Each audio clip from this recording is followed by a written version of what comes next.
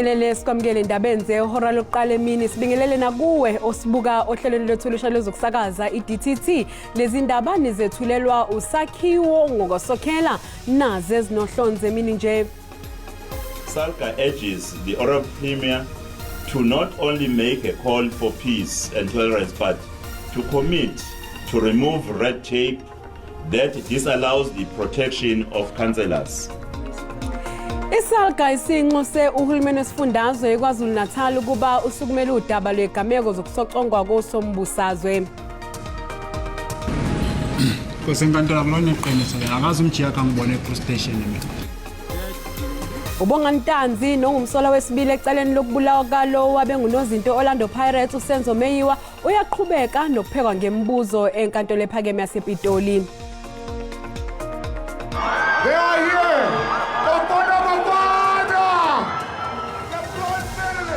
Abalandeli babuthane esikhumulweni sezindiza eOR Tambo namhlanje kuseni beyokwamukela iqembu lesizwe iBafana Bafana nelibuye nendondo yethusi emqhudelwaneni weAFCON.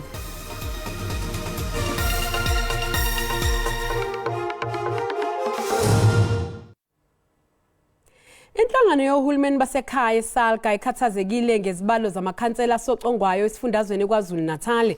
Ngokwezibalo eziqoqwe kusukela ngoLwezi ka2021 lesifundazwe sihamba phambili ngeibalo zamakhansela asocongwayo odlameni lwezombusazwe. Kumakhansela ngama-39 ashonile kulesifundazwe ayi-19 asocongiwe. Inhlangano yohulumeni basekhaya iSABC iveze ukuthi ukusocongwa kwamakhansela iyona ndlela ihamba phambili eimbangela yokushona kwawo esifundazweni iKwaZulu Natal kusukela ngoLwezi ka2021.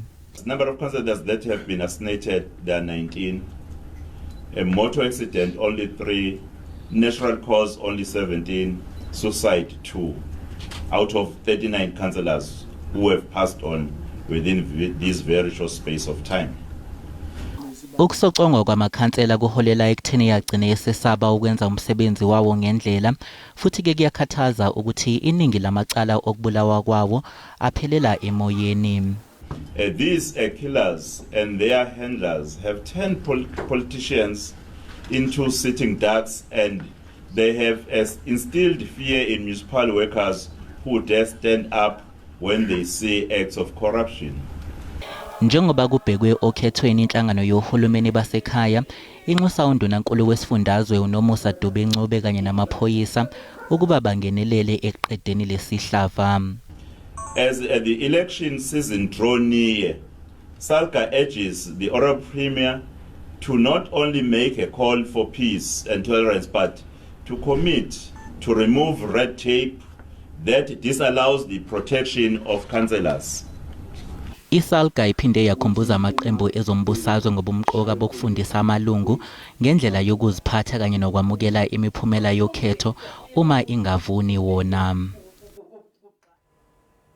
Ingxenye yamaqembu aphikisayo ePhalamende avumelana ngokuthi wehlulekile umengameli wezwe uCyril Ramaphosa ukugcina izethembiso zakhe zonke azenza mhla ethatha njengomengameli. Amalungu ePhalamende ashiyelana inkundla ehholo ledolobha eKapa njengoba edingida ngalokho okwethulwe umengameli Ramaphosa enkulumeni yakhe ebibhekise esizweni ngesonto ledlule. Amalungu ePhalamende abengagxilile nje kuphela ngokwetshisa inkulumo eyethulwe umengameli wezwe. Kodwa nalokho okuthinta ngqo isimo sezwe abekubeke phambili njengamaphuzu abeuqhakambisa ukwehluleka kahulumeni osemandleni njengamanje. Jacob Zuma was not the sole reason for state capture. You were. Your failure to act decisively made you complicit. Turning a blind eye made you an accomplice. The ANC created load shedding, not Eskom. The government must go on an aggressive local manufacturing drive. We can't be even importing toothpicks. Basic goods such as cutlery, towels, soaps must be produced in all districts in order to make citizens to be economically active. Mr. President, I have invited you to come and see roads in Tsandani, near Butterworth in Eastern Province. The disaster waiting to happen has not been addressed by your esteemed office. Akukho nakancane ukungabaza ngokuthi amaqembu amaningi azosebenzisa udaba lwenkinga yokucisha kogesi ezweni njengoba iseqalile ukwethula izithembiso zawo zokhetho. Noma kunjalo ungqongqoshe wezindaba zogesi uDokotela Hosiento Ramogopa uqagule ukuthi sekuseduze phambili ngokunqotshwa kwe-load shedding. To Tintswalo, as your honest Uncle Sputler, I know of your anger. I feel your pain and I understand your cries. To you, Tintswalo, I say the end of load shedding is indeed in sight. The future is bright. Amalungu eParliament azophothula isithangami sokubhunga ngenkulumo kaMengameli namhlanje. Bese kuthi kusasa uMengameli Ramaphosa aphendule ngamaphuzu avele kunkulumo mpikiswano yamalungu eParliament. I-ANC eGauteng ithi izobukeza ubudlelwane bayo kanye namaqembu ebusa ngokubambisana nawo kohulumeni basekhaya. Isho kanje njengoba omasipala abehlukene kulesifundazwe bengenzi kahle selokhu kwaqala ukubusa ngokubambisana. Usihlalo we-ANC esifundazweni uPanyaza Lisufi uthi lolu hlobo lokubusa luhlulekile ukusebenza ezingeni lohulumeni basekhaya. I-ANC eGauteng isizwakalise ukukhathazeka ngesimo sezimali sabanye omasipala ngaphansi kwalesi sifundazwe. Lokhu kulandela isinqumo esenziwe umgcini mafa sokuthatha imali elinganiselwa ku-2.3 billion wamarandi engazange isetshenziswe umkhandlu dolobha iTshwane. Of all the metros countrywide, check where Tshwane is. Almost at the bottom there. When Tshwane used to be a shining star of all the metros. So within that context, we can't leave Tshwane unattended politically. We will use whatever mechanisms and systems that we have at our disposal to ensure that we place this evidence, this information in the hands of powers that be, so that decisions must be taken on how quick we can improve Tshwane. uLesufu uphinde wagxeka izinkinga zemali zomkhandlu wasekuruleni eqenjini EFF elibambisene ne-ANC. The reality is that it started under the leadership of the DA in that municipality. That's when things started to go pear-shaped.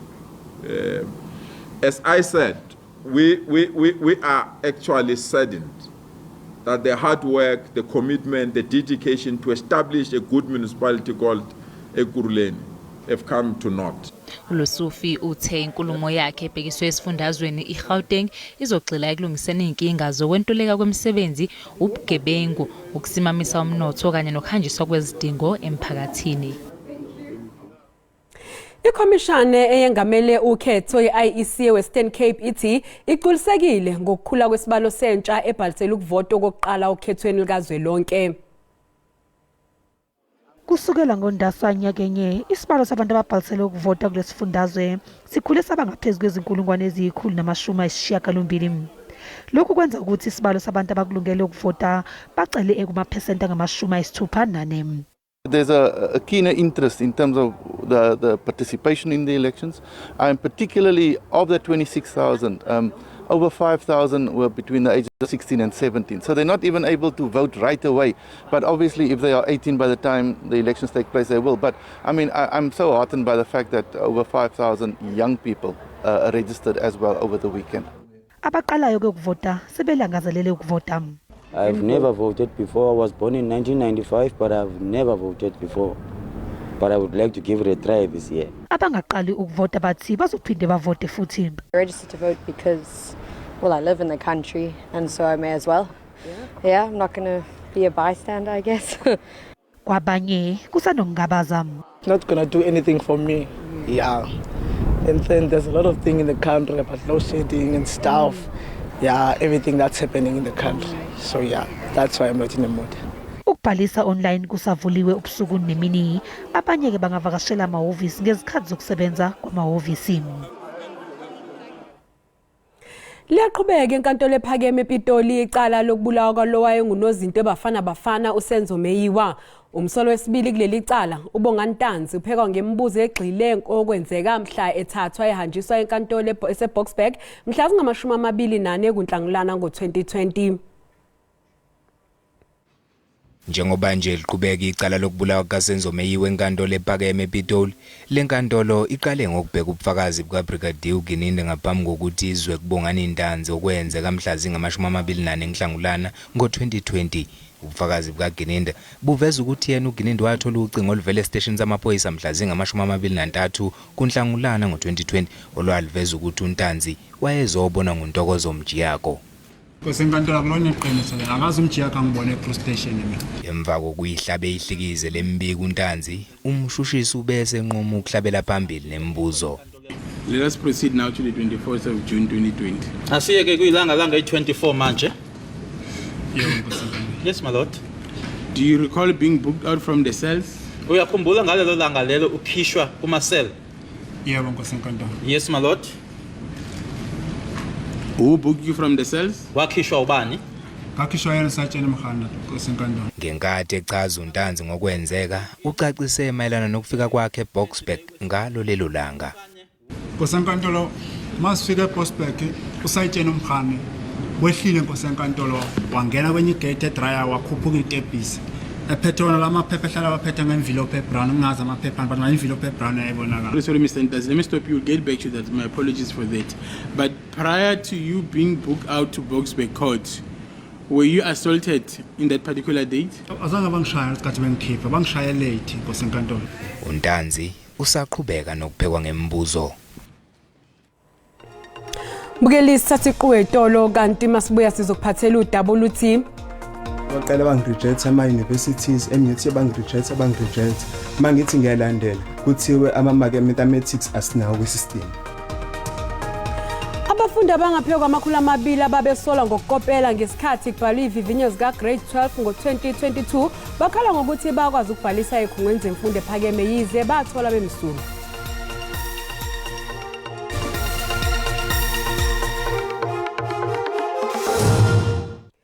Bukelisi kubingelele sikwamukela uma ngabe usanda ngena odabeni oluhambe phambili besibike ukuthi isalga isinxuse uhulumeni wesifundazwe eKwaZulu Natal ukuba usukumele udaba lwezigameko zokusocongwa kosombusazwe. Bukela sikhumbuza ukuthi lezi ndaba zikhona ku YouTube na ku SABC Plus ngena kuzo uzicinge ngamagama athi SABC Izindaba na kanjani uzozithola. Imeya mkhandlu dolobha iTshwane uSilas Brink kanye neAction SA bavikele iphini lemeya eliqokwe ngenyanga edlule uDokotela uNasiphi Moyo osaphenywa ngaye ke ngensolo zokusebenzisa imali ngendlela engafanele kanye nokungaziphathi kahle akwenza phambilini. uDokotela Moyo uqokwe ngenyanga edlule njengephini lemeya yaseTshwane kodwa ngemuva kokuqokwa kwakhe kubese kuba nemibuzo eminingi ngaye. Amaqembu ezombusazwe amchaze njengomuntu ongathembekile nongakufanele ukuphatha. How is this different from Nkandla? Well, I think aside from the scale of Nkandla, the deputy mayor said, I'll tender the money, I'll pay it back. We're obviously still waiting for the money from Nkandla to be paid back. Yes, this is a better standard of accountability. Umoyo uzivumele ngokwakhe futhi wayikhokha imali emva kokube sehlazekile. That was 4 years ago, and there was a lapse of judgment during that time. Obviously, when I left the city, I moved on with life, and this has never been an issue. So when it was raised with me, I had to recollect what happened 4 years ago. And the moment I remembered what happened, I said to everyone, the stakeholders I had to talk to, there's no issue of course, I apologize for the lapse of judgment, but there's no issue in paying back the money. Isikhundla sephini lemeya sikhishwe ngokukhethekile emva kokuthi iAction SA isabise ngokuhoxa kuTshwane multi-party collusion uma ingasitholi isikhundla sokuphatha. For now, the deputy mayor has repaid the money, and she's already, said, probably it was a lapse of judgment on the side. We are happy with their conduct. We are happy with how she approached the issue from the word go when it was raised. Amaqembu ezombusazwe anxusa ukuba umoya amiswe kuze kube kuphothulwa uphenyo ngobuqotho bakhe. Abafundi abangaphezulu kwama200 ababesolwa ngokukopela ngesikhathi kubhalwa ivivinyo zika grade 12 ngo-2022 bakhala ngokuthi ke abakwazi ukubhalisa ekhungweni zemfundo ephakeme yize batholwa bemsulwa. Sekuphele iminyaka emibili iklasi likamatikuletsheni lango-2022 kwaMakhutha Comprehensive High School lingenaso isiqiniseko ngempilo yabo. bangaphezudlwana kwama400 abafundi abahlalela iphepha lokugcina likamatikuletsheni kanti kulaba bangu236 abasolwa ngokukopela iphepha labo lezibalo. Abafundi bakholwa ukuthi basuliwe kulezi zinsolo njengoba bethole izitatimende zemphumela ngemuva kophenyo. Nokho naphezulu kwalokho abakwazi ukuthola indawo ezikhungweni zemfundo ephakeme. At-UT bangireject baqala bangireject ama-universities MUT bangireject mangithi ngiyalandela ngefone ngithi ngiyezwa ukuthi kuhamba kanjani kuthiwe ama-mathematics asinawo kwi-system. Ukuhlala ekhaya kusiphatha abhlungu almost sonke akukho mnandi because abanye abantu esasifunda nabo bayafunda manje. Isigungu sabazali esilawula ukusebenza kwesikole sithi imizamo yokuthola usizo eminyangweni wezemfundo ayibanga nemphumela emihle.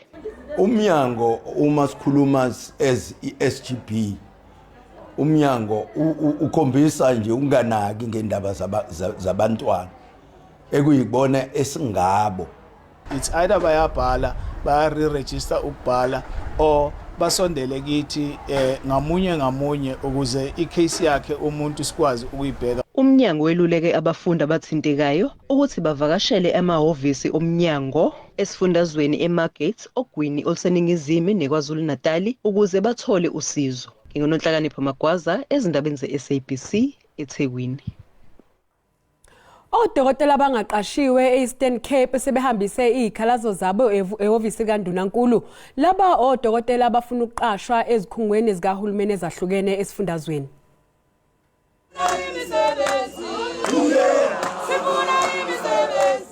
Befuna imisebenzi, abagqirha bathi kukho isidingo esininzi somsebenzi wabo kweliphondo.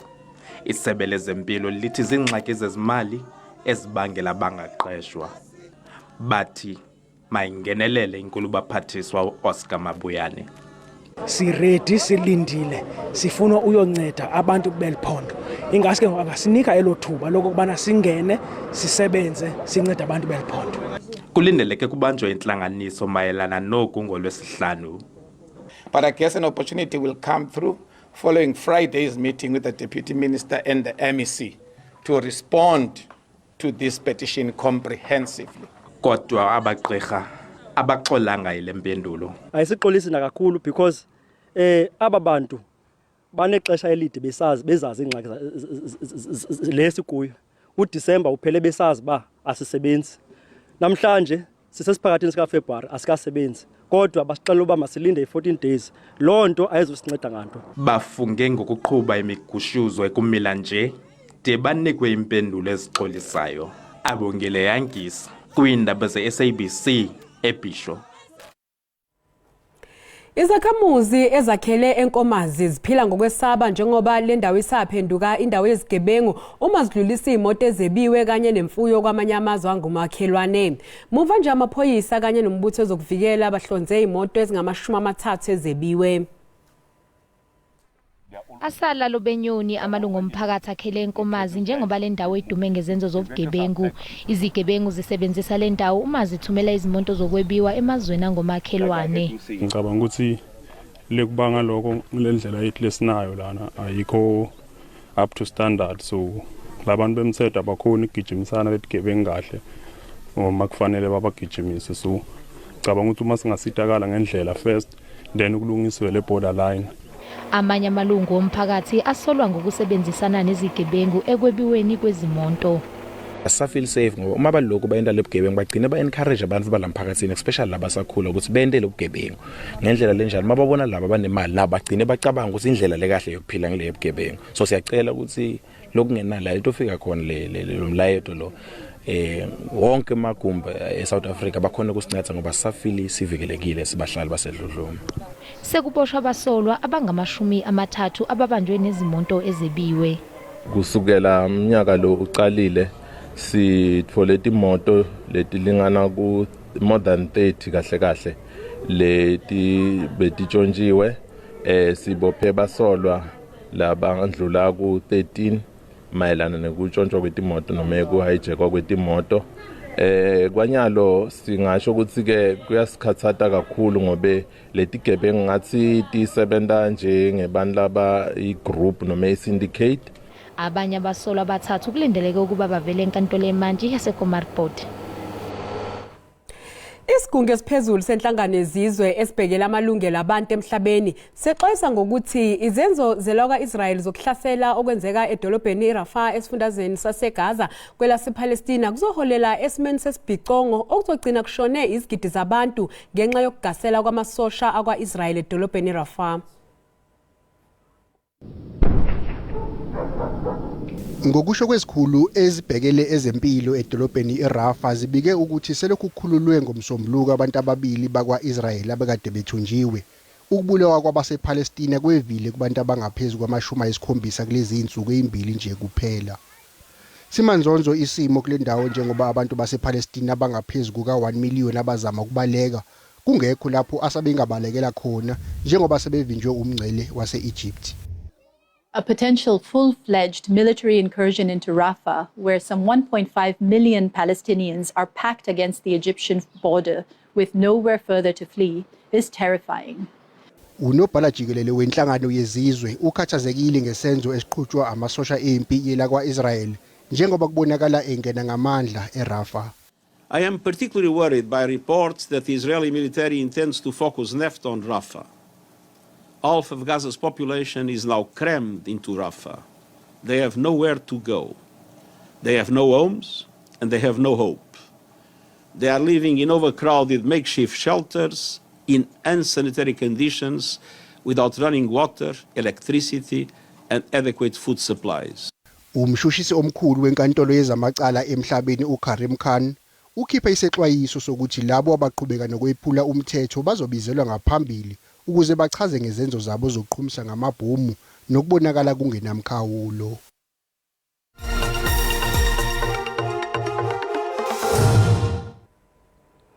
Abalandeli babuthane esikhumulweni sezindiza eOR Tambo namhlanje kuseni beyokwamukela iqembu lesizwe iBafana Bafana nelibuye nendondo yethusi emqhudelwaneni weAFCON.